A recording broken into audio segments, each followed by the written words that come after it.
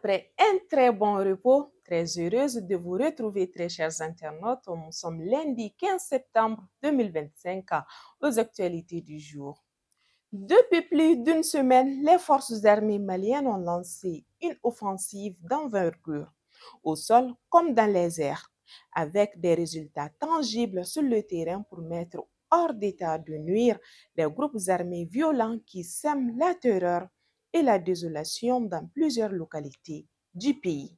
Les forces de défense et de sécurité maintiennent la pression sur ces ennemis de la paix jusque dans leur dernier refuge.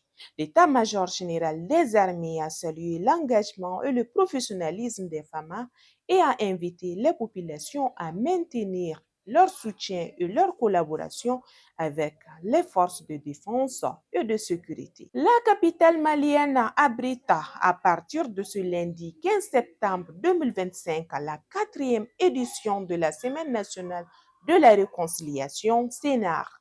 La cérémonie de lancement se tiendra au Centre international de conférences de Bamako autour du thème héritage culturel, facteur de paix et de cohésion sociale dans l'espace AIS.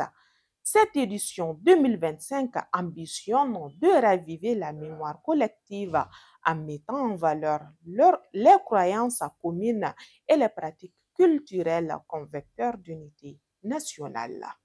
De nombreuses personnes mettent fin à leur jour ces derniers temps, tandis que d'autres candidats au suicide sont sauvés en extrémie. Il est difficile d'en cerner les motivations, mais une tendance générale laisse penser que cette propension est très souvent liée à la dépression.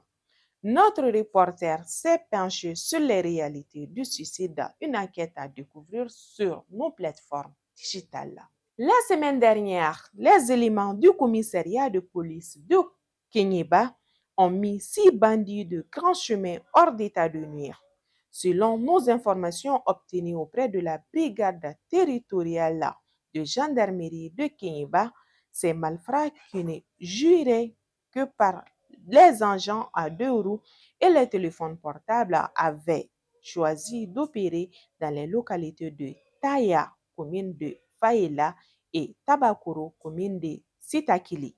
Ils intimidaient la population avec une arme à feu afin de les obliger à céder leurs biens. Parlons à présent de sport.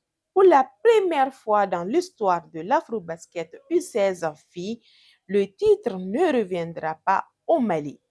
En effet, les 2 sélections nationales U16 filles et garçons sont tombées chacune en demi-finale de l'Afrobasket Rwanda 2025.